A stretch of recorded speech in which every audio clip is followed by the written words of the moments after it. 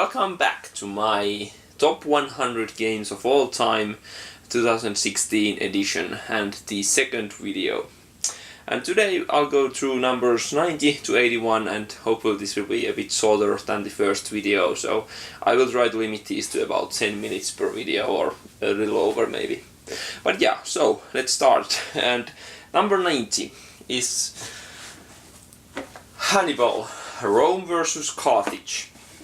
This is a card-driven game, handles the Second Punic War between Rome and Carthage and Hannibal crossing the Alps and all that. And it's a very historical and cool, like war game, and a pretty heavy game. Has a cool, like the combats are cool in this weird like flank or weird card play for the combat, so it's not die rolling basically on the combats, and they are kind of ingenious. Of course there are also those who hate the combat system in the game, but I do enjoy it, and of course the theme and history is the biggest plus for me in this game, and all the things in the game are pretty cool. It's pretty hard to actually learn the game at first, and it's not the like well streamlined game that usually come out these days. I think this is about 10 years old soon, something like that, 2006 or 2008 or something like that at least. Maybe the earliest version was like in the 90s, so it's older than that even. But yeah, this version is almost 10 years old, although for what I know there's pretty much no differences other than components.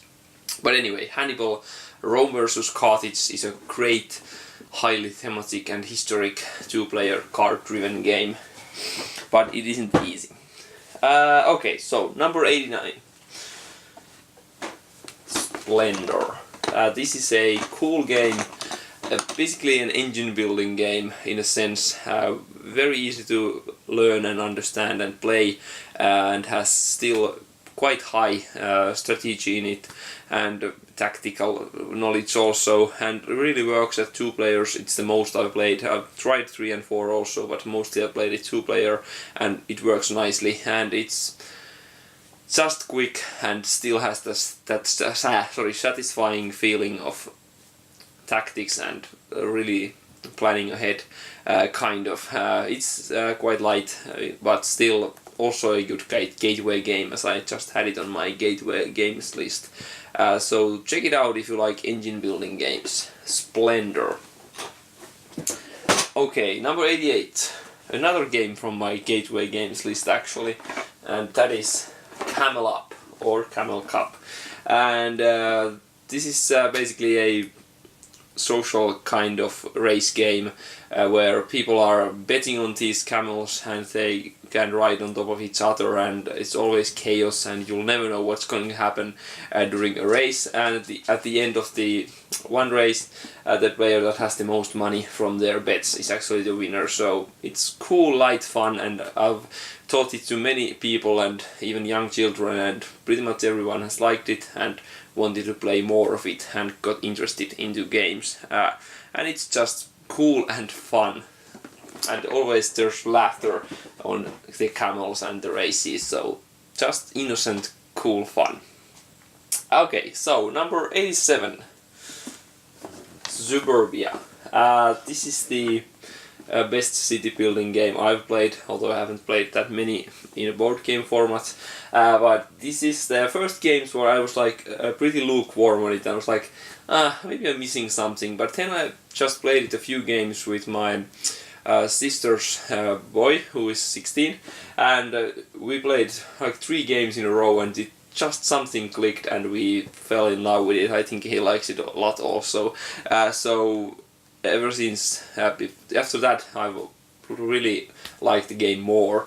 And I got the expansion recently, but I haven't tried that yet. But actually the sister's boy is coming today here, so maybe we'll try that, the expansion now. But anyway, Suburbia is basically a, what do you call it, city building with where your decisions impact your friends and all that.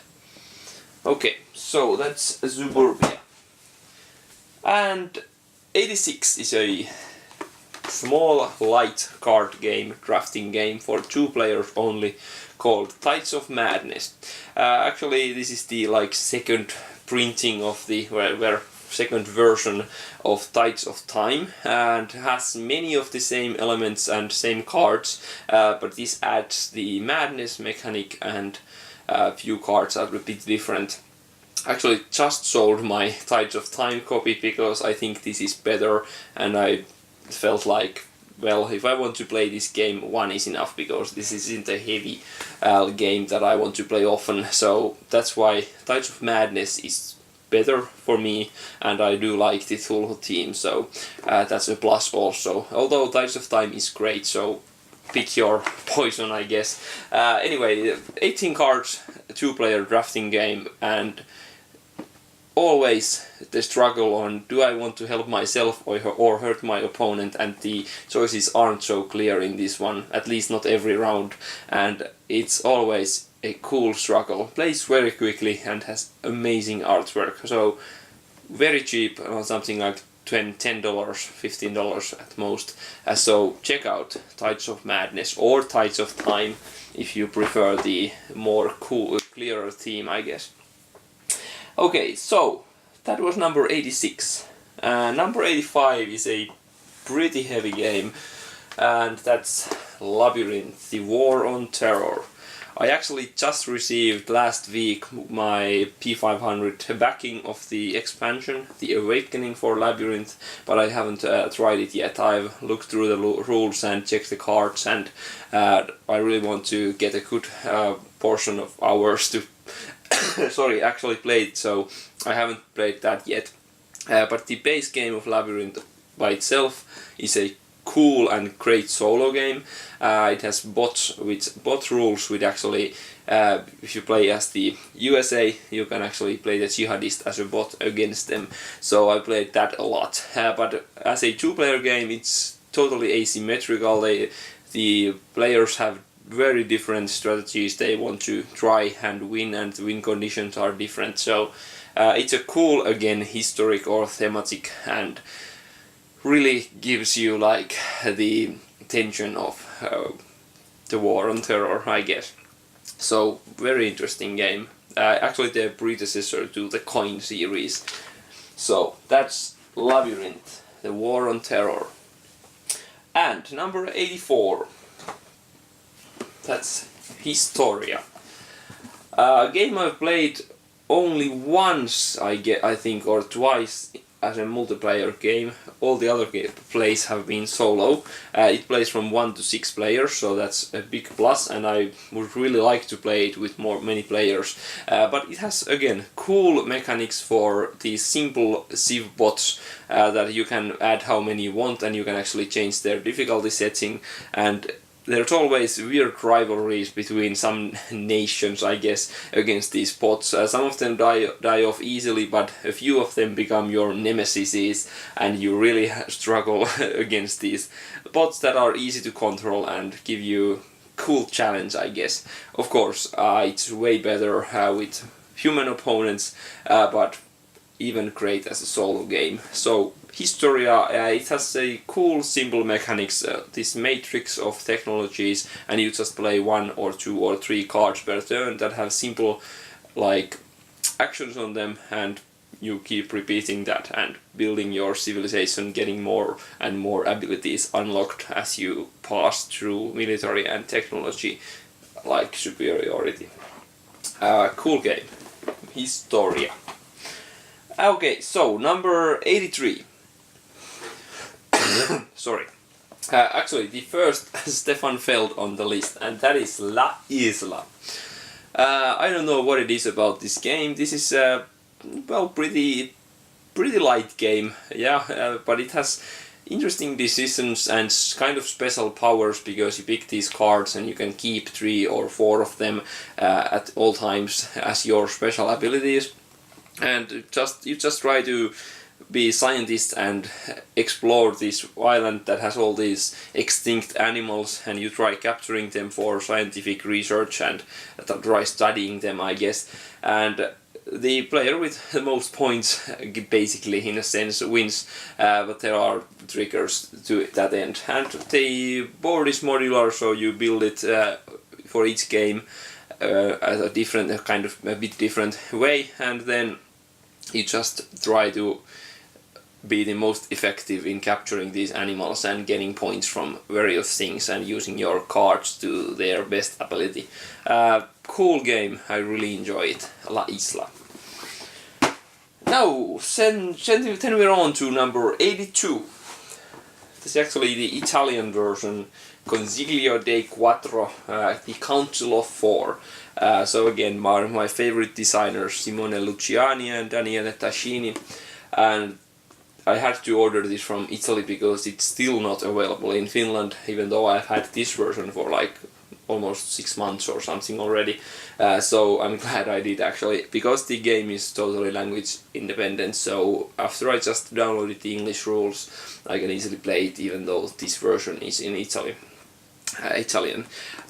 Well, what is this? This is basically what I would call it, basically a light version of Voyages of Marco Polo combined with like turn and taxis and some cool special powers. Basically you try to take control of this map and trying to take control of the different cities or regions, and then get more and more and more abilities by chaining these abilities together and getting the more and more of these different bonuses that are on the different cities. And you do this pretty easily and quickly, and has cool like abilities of card play and manipulating these councils which help you play your cards for cheaper, and all these cool things that are pretty simple and easy but give you quite a bit of flexibility and cool combinations of actions, and just interesting game. I could recommend Council of Four. Okay, and the final one today, I'm trying to go through these pretty fast, so hope you get some idea. Maybe in the later videos I will be a bit more explaining of the games, but yeah, so number 81 is Patchwork.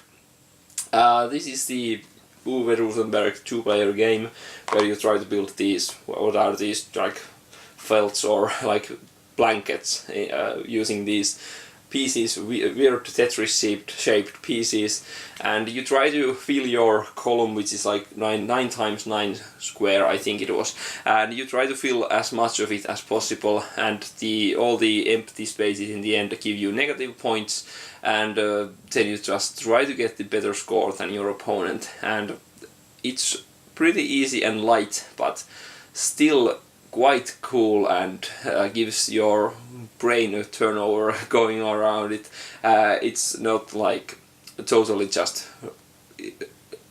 no, what I say, the decisions aren't automatic in the game, so I really enjoy it. The more I play it, the more I actually enjoy it. So the first games were like, this is cool, but nothing so spectacular, but lately again I've been playing it more and I've enjoyed it quite a bit. So Patchwork. Okay, so that was quite a quick run through of the next 10, and next time we'll go on to the 80s and we'll see what happens there. But none of these were on my top 50 last year, so just to remind you of that. But anyway, so that was the second list, and thanks for watching. Goodbye.